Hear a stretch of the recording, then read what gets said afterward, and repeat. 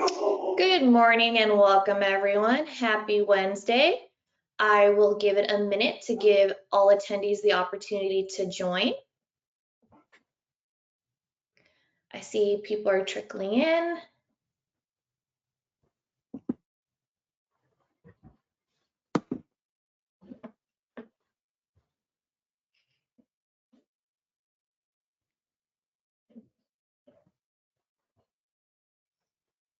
I'm going to give it about 30 more seconds.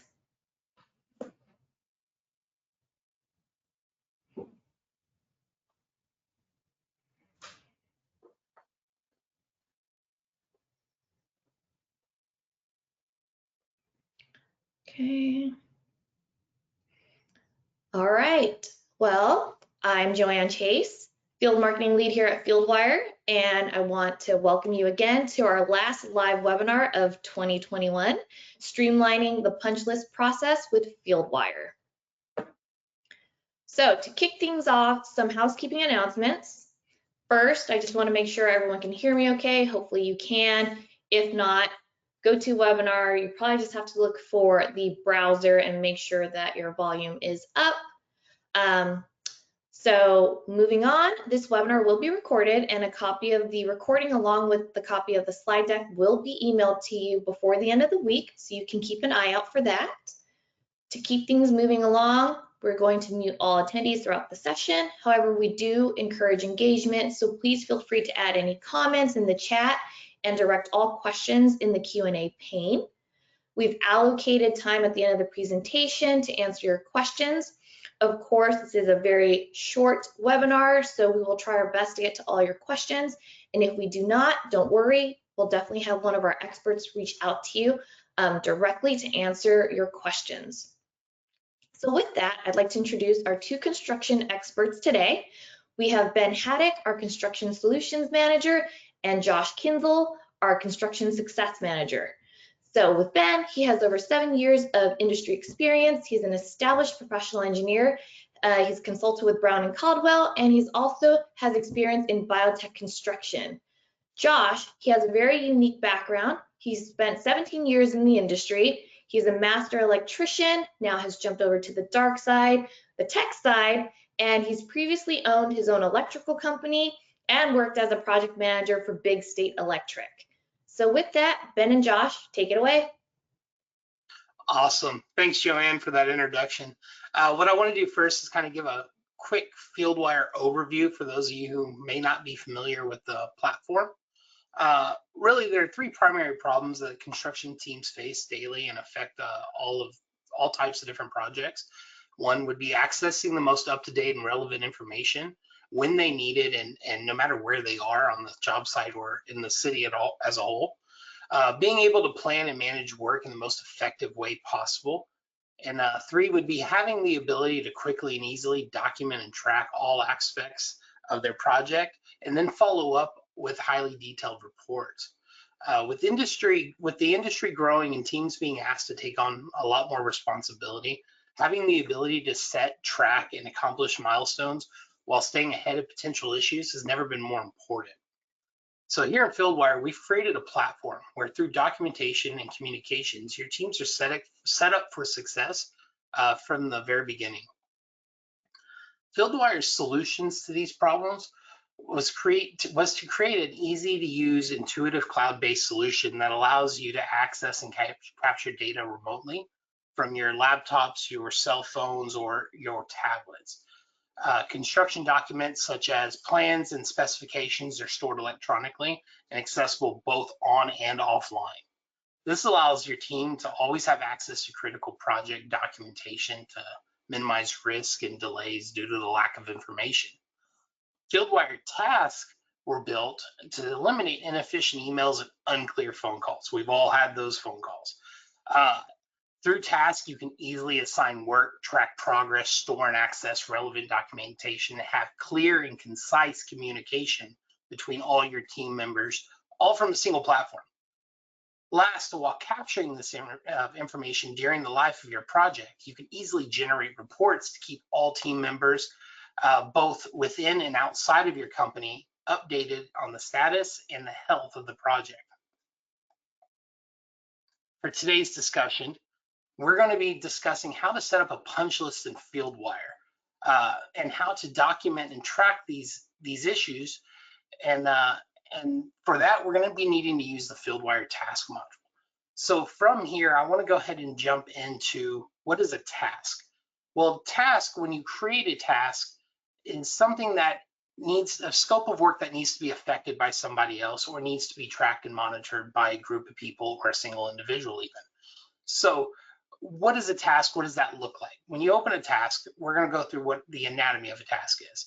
On the right-hand side here, what you'll see is a list of attributes. These attributes are parts of a task that help you assign that task and filter that task and track different aspects of that task. For example, we have a status and a category. So a category for our purposes here are going to be broken up by your subcontractors or different team members on the project. Your status is going to be something that is a priority 1, high risk. This needs to get done now. Or, hey, this is a task that's been open and needs to be assigned to somebody else. Your assignee is ultimately the person responsible for effecting the change of this task. Whose responsibility is it for this task to be cleared up? Then you can add things like plans and specific locations. We have a detailed 5-tier location setup, which is great for documentation and allowing people to really granularly know where the issue is on the project. You have the option to add start and end dates, which then track if that task is overdue or in progress or due today. Hey, this needs to be accomplished today. Then you have cost and manpower columns that you can also affect. And let's face it, as an electrical contractor myself, if you're going to write a task and you're going to assign it to a contractor, you might as well throw a cost in there because they're going to throw one right back at you. And tags are a great thing because you can utilize hashtags like hashtag not complete and be able to then filter out later on that hashtag. And then your watchers, you can tag as many people as you want as a watcher on this task. And all they need to do is be able to see, hey, this task is actually progressing or this task isn't progressing, where are we at on it? Has the assignee not actually been actively working to solve the solution or not? So that's really what the watcher's spot is for. On the left-hand side of a task, you have what I call the story of a task. So a story of a task is telling you the life of it. What is that task? What needs to be affected within that task? And then documenting the changes to it as it continues to progress. You have things like your title. You have things like related tasks, which is there another scope of work that directly coordinates with this task? You can link those together and almost network all those different tasks together. Then checklists, simply, hey, I need to know how to get from point A to point B, what steps are involved, make sure they are done in order and that they are successfully completed prior to changing the status to say completed or verified. Then your message. This is really where the documentation part of it is. Every change that is made to this task is documented with not only a timestamp, but also a little stamp saying who's the user that affected that change. And then you can upload photos, files, forms, and a whole lot of other different information that we're going to kind of walk through here. But I just wanted to give you a quick, lesson on what does a task look like. So that way, when we get into the punch list, you're not completely lost. Feel free to follow up with questions at the end if you do have questions about what some of these attributes are. So now what I want to do is discuss a little bit more of, what is a punch list? Well, a punch list is most often used by a GC or architect to identify and tie up loose ends or imperfections found in the final stages of a project. But that isn't always the case. Many GCs are striving to have a zero punch process. This means that prior to the project's set milestones, a quality control walk is performed by either the GC or the subcontractor, and they are then responsible for identifying these issues before they make it to the punch list. This allows the GC and the subcontractor to present the owner and the architect with a zero punch process, which always looks really good and is going to help you secure future work. For this particular situation, we're not really going to dive into that. What we're going to do is we're going to talk about a traditional punch setup. this is the end of the project. You've got your punch list, and you are effectively going through and saying, hey, these defects need to be affected, and you are the responsible party. One thing we're also going to highlight, and I want to kind of make sure that we talk about here, is that this isn't just for, if you already have a punch list process, you can utilize Fieldwire, bring Fieldwire into the project now, and then pick up that punch list process and continue it on through seamlessly, and just increase the amount of accuracy that you're getting out of it. And we'll kind of touch on that in a little bit. But first, what I want to do is I kind of want to show you, or I'm going to kick it over to Ben, and he's going to kind of show you what is the bones of Fieldwire? What do those look like? Awesome, thanks, Josh. I'll take it over, give you a little bit of a break. Hey, everybody. First, I just wanted to give a quick sort of introduction, especially for those of you that are first seeing Fieldwire. So as you can see right now, we've actually entered a project that we created for this webinar. First thing I wanted to point out, obviously on the upper left-hand corner, that's kind of your main navigation module areas. So you've got plans, which are selected there.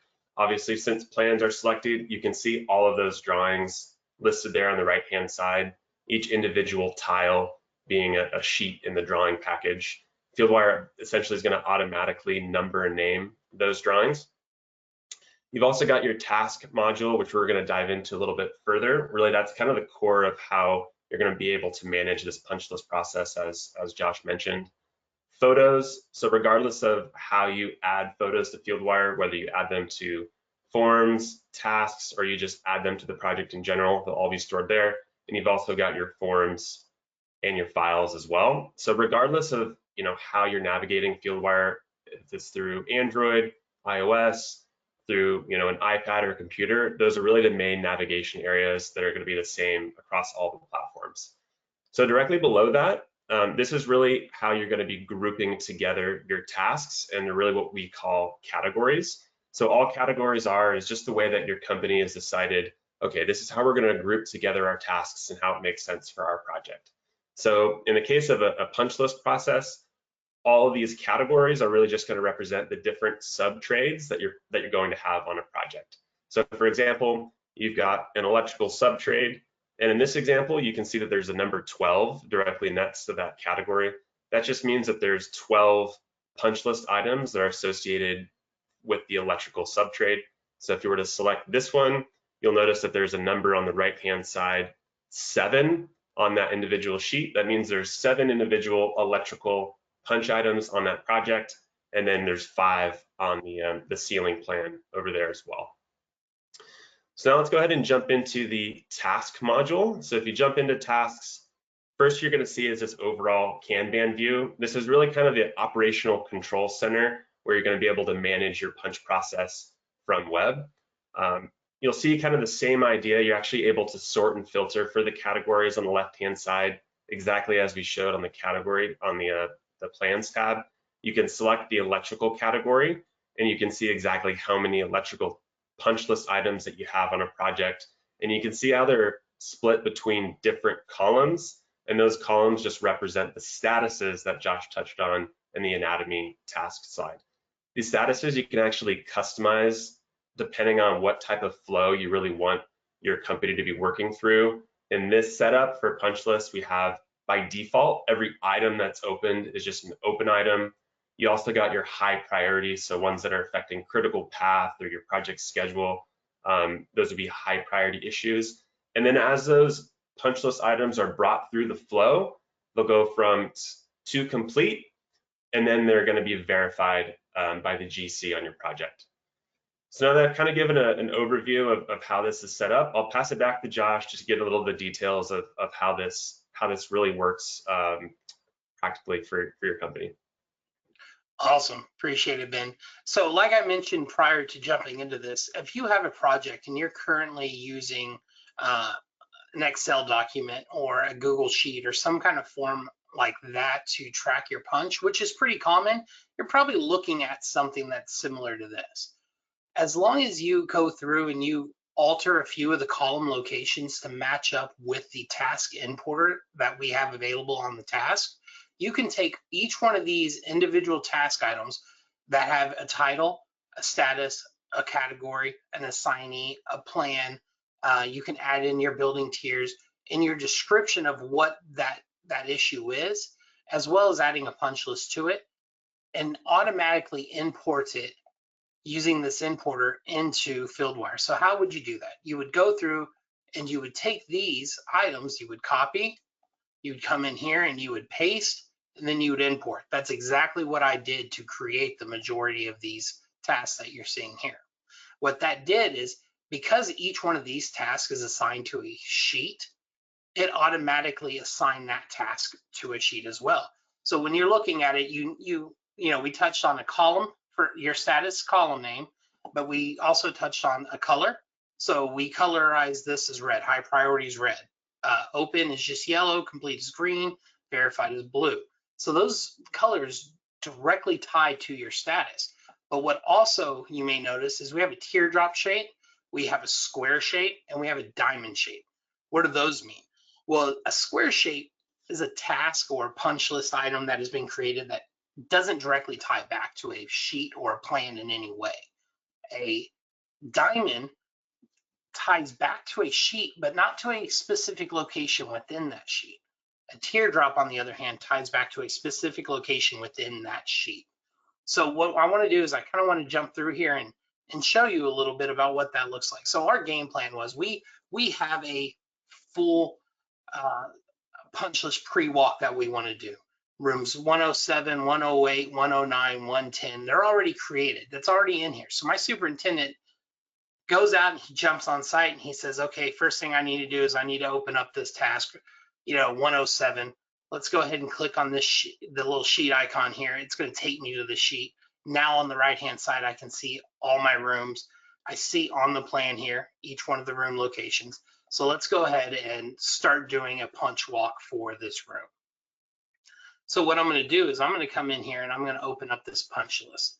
And what I'm going to do is I'm going to check off. Is the north room good? Yep. East wall's good. South wall's good. West wall's good. Flooring, it's not. We need to, there's an issue with there. We'll address that in a little bit and just kind of go through. Here's some electrical trim. This one needs to be addressed. So what happens? How does he document that information? So what he's going to do is he's going to go through and create a new related task. So this is going to be named, 120. Let's call it 120. It's electrical issue 120 because let's face it, there's quite a few of them. Then what he's going to do is he's going to create that related task.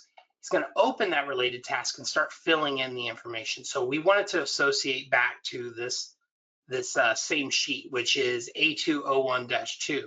So now we've created that link, that association. And we want to change the category, which is the electrical, and we want to change the status to high priority. It needs to get done now. So in this, I can say, Ben, please address this issue. Now, I can also take and add a photo from our photo. So if I'm on the site, I can take a photo with an iPad, or I can come in and actually address that and, add an existing photo that I have in the bank like now. So I'll just go through all my existing photos and then I will select this bad boy right here. This one's a good one here. Now, this poor donkey has a story to tell. This is the donkey stress ball that I was given on my last project.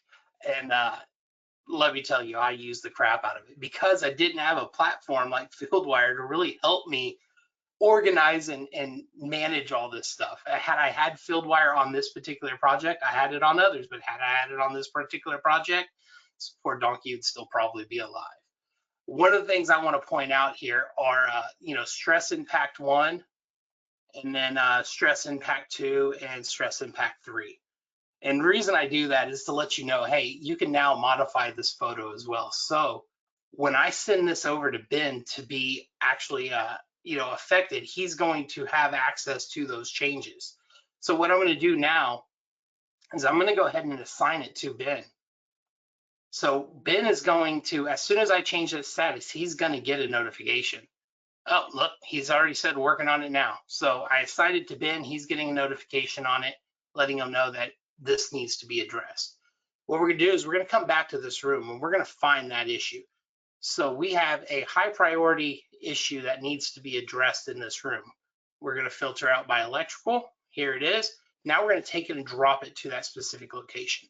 So now that task is tied to a specific location. Looks like Ben, you're on it over here. You're up on the top right-hand corner. You'll see this little bell notification popped up. It means I got a notification telling me that this task has actually been worked on. So Ben has come through. He's commented. He's added photos, all in real time. And now I can take a look at it and say, I love it. It's great. I admit it's done. It's completed. So I then close it out, go through here, and I'll make a little comment. Thanks. And then I will jump back over into the original task. So keep in mind, this original task was for that whole room. Now I can come in here and change this. Yep, electrical finish, trim out's done. And if I had created a defect for each one of these as a related task, it would track within here. It's part of that networking I kind of hinted to a little while ago. Definitely a great way to track that information. So we're going to kind of jump back into the task module area here. And one of the things that I want to kind of point out is the reporting aspect. So say this punch list for the electrical trade is getting a little out of control, and those cocky electricians don't want to get their stuff done. They're going to do it on their time. Well, what you can do is you can generate a report for open electrical. So this is one that we've created. You've gone through and I've altered the different aspects of this report that I want to be sent out, and I want it to send to Ben. Hey Ben, I need you to get on this. This is going to be an issue, and these need to get resolved. What have I called out within it? High priority and open. I don't care about the stuff he's already completed, and I don't care about anything other than electrical. Ben needs to see what is open and what's high priority. Now, there's two ways you can do this. I can download and send it now, which I've already done, or I can set it up for a weekly reoccurring. So every Monday, Ben's going to get a email with this report that says, hey, Ben, this week, these are all the open tasks. These are all the open punch list items that need to be affected. So that'll be a reoccurring, and you can send it all 7 days if you want. So like I said, I've already set up, and I'll show you what that looks like from here. So this is what that report looks like once it's been generated. You have your cover sheet, your company logo, your custom color line, who's the recipient, who's it coming from, what categories are we filtering through, and then of course the more important, table of contents. So you can see each one of the issues that are affected here. You have your plan, who it needs to handle, and the status. As you roll through, you'll be able to see each one of the tasks, all the information, photos that are related to the task. If the task is tied to a specific location, you're going to see it here. You're going to see a little mini snapshot of where that location is, as well as the information that's within the task, the photos and the documentation. And if you scroll all the way to the bottom through the rest of it, you'll get a full-size sheet of those plans. That way you can kind of more clearly identify where those locations are within the plan as a whole. But I just want to kind of jump back over here and open it up to Ben. And Ben, is there anything that I've missed that you think is critical for the punch list process? Yeah, one thing I wanted to point out too is, with those reports, they can actually be sent out and distributed externally from Fieldwire. So the emails that you can add to the recipient list, those folks that you can add can just have a Gmail email, for example, and they're just going to basically receive that PDF report. And one thing I wanted to mention too is once you set up these reports one time, you don't really have to do anything else. They're just going to automatically update, every single time that report's been sent out. It's basically looking for all those tasks that are kind of set based on what the filtering is. So you don't really have to manually edit and modify anything. Fieldwire is just going to automatically update each report every time. And one thing I wanted to mention too is like these statuses are very customizable. So really, if you think about your punch list process today and you feel like, maybe this workflow doesn't make perfect sense for how you want to carry those punch items through, just know that those can all be adjusted. And you can also adjust the, the color as well. So if you, have a certain color schema that you want to follow, make sure that, you can edit and revise those also. One thing I wanted to, go ahead. I was just gonna say, I love it. I didn't think about that with the color to point that out, but yeah, changing the color to make it work for you, to make it visual for everybody is awesome. It's key. Yeah, and one thing I wanted to point out too is, if you're going through your punch list process and, let's say there's like a reoccurring theme of maybe a certain type of device, for example, like if there's an electrical device fixture issue, for example, and you're noticing this common reoccurring thing, like for example, maybe there's a ballast that is constantly defected. That's a great example of something that you might want to track as a tag, as a ballast defect. That way, if say you have thousands of punch list items on a large project and you want to sort and filter for everywhere that there was a ballast defect that caused that punch issue, you can just quickly sort and filter for ballast defect, and then it'll pull up all your tasks that you have related to that. And then you could potentially even use that as backup, maybe with your vendors, say, hey, there's something going on with this piece of equipment, and we're going to need to resolve it that way. So just wanted to point that out. There's a number of ways that you can sort of customize it and kind of enhance the process for what makes sense for your project. Awesome. Yeah, that's great. I know we're at time, so we want to go ahead and jump back to Joanne and take a look at our Q&A. Thank you so much for that great presentation, and I'm sorry to hear about your donkey. Now I know what to get you for Christmas, a new stress ball. So a few good questions came in during your presentation. The first one is, I know you touched upon a little bit about reporting, but can you generate a report as a PDF and send it to a subcontractor? You want to answer that one, Ben? Yeah, the answer is absolutely. So if you go to the Generate Reports feature, you can actually just download it as a PDF and then email it out, or you can just add your subs as a recipient email, and they'll receive a package, a PDF package of that report. Okay, this is kind of like a follow-up question. Can you develop a list of standard deficiencies that you can choose from a drop-down menu? I would imagine this is based on how you categorize your tasks and. Yes. Yep. So, go ahead, Ben.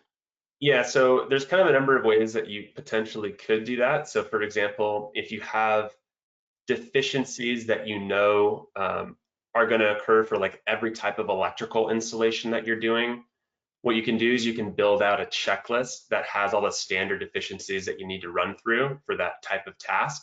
And you could pre-populate all those tasks with the same checklists to make sure that your team has to run through each and every one of those deficiencies. And there's kind of a number of ways that you could probably, pre-populate tasks just to make sure that, each one you're having to go through the same process. Josh, I don't know if you have anything to add for that question. Yeah, so I'm thinking, in my mind, and this may not be in line with where the question's being asked, but from my mind, if you're looking, you have a recurring set, like we addressed the ballast defectiveness. So if you have a set of reoccurring, I need this paint touched up here, this paint touch up there, paint touch up, paint touch up, paint touch up. You can actually just create a hashtag for that or a category for that, and then assign that to it, and you would be able to filter and track that information, through the filtering and reporting setup. I don't know if that answers the question. If it doesn't, I'd love to feel free to reach out to me after, and somebody will definitely go in more granular detail with you on that. All right, I know we're about a minute to the half hour, so one quick question. On weekly reports, is there a standard time that they are typically sent out, or can you schedule when these reports go out automatically? So they go out at a specific time, which I believe is 8 a.m. standard Pacific time. I'm not 100% sure on that, but I believe that is 8 a.m. standard Pacific time. We've got people I'm Central time, Ben's Pacific time, so I get time zones messed up all the time. But it is first thing in the morning on the date that you selected. You can't make the option to, hey, let's move it to 5 p.m. Okay, well, that's all the time we have. I want to thank Josh and Ben again for your expertise and great presentation. And for everyone else, thank you so much for joining us. We hope to see you in 2022. And again, keep an eye out for a copy of the deck and the recording. Have a great day, everyone. Thanks, everyone. Thank you.